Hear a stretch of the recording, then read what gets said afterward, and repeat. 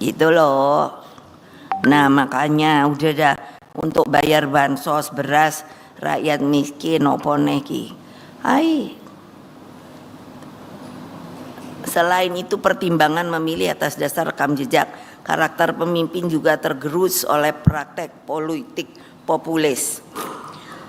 Anak-anakku tercinta di seluruh Indonesia, dari anak ranting sampai yang namanya DPP partai, coba tolong diingat. Populisme otoriter meminggirkan negara hukum, mempersempit ruang kemerdekaan dan ancaman bagi demokrasi. Padahal kemerdekaan Indonesia terjadi karena hasrat untuk lepas dari penjajahan. Kemerdekaan adalah tekad membangun sistem hukum, bukan sistem hukum untuk hukum loh, tapi sistem hukum yang berkeadilan. Itu garis bawahi. Kemerdekaan juga mengandung cita-cita sosial untuk hidup adil dan makmur, terlepas dari berbagai penghisapan. Populisme otoriter dalam praktek disertai dengan intervensi terhadap kedaulatan partai politik melalui pembelahan politik.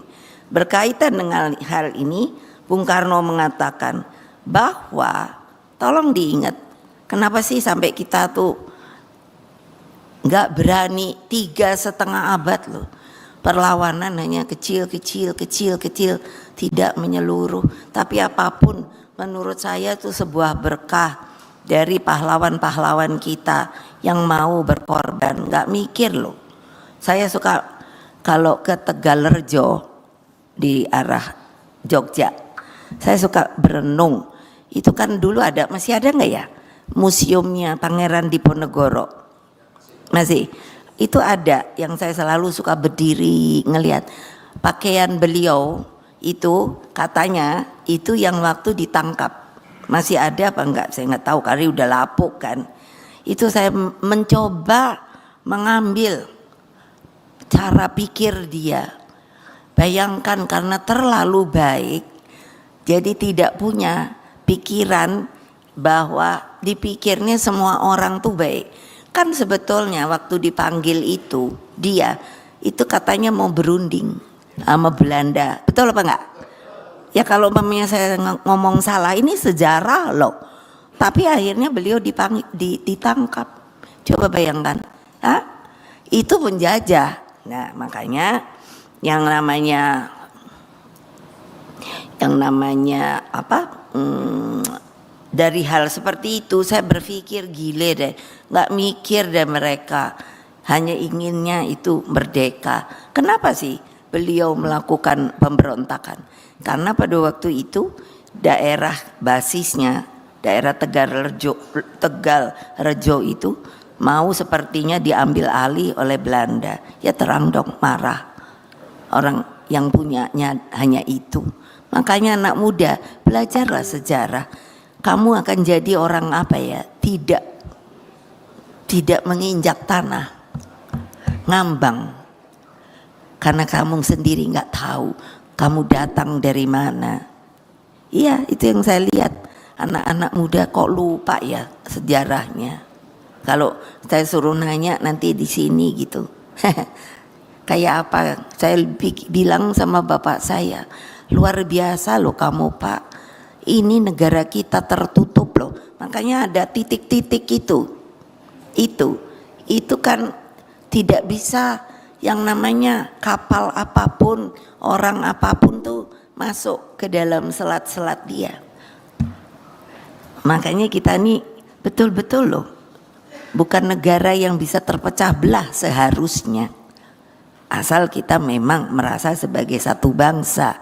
Coba dong ngomong begini aja, kalau saya lihat kayaknya nggak ada loh orang yang mau mengatakan realita Indonesia Raya kita itu seperti apa. Nggak ada loh, sampai yang sauple aja di sana. Itu apa loh namanya, yang sana tuh apa ya? Mana ya ini apa, bukan kar apa, apa Nah, itu masih punya kita loh. Jadi kalau itu aja diambil orang, mestinya itulah TNI datang. Jadi bukannya terus datang ke kita, no. Gile nggak?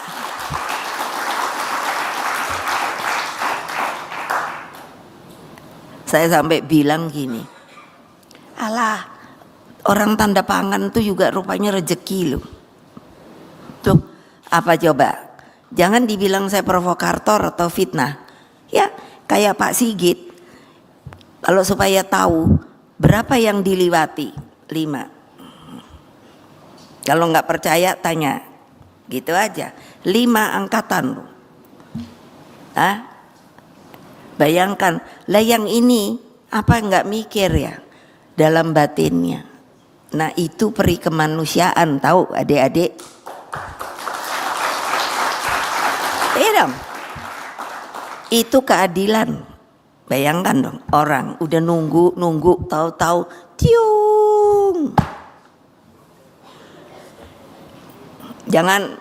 Jangan ini loh Pak Sigit, itu kebenaran loh.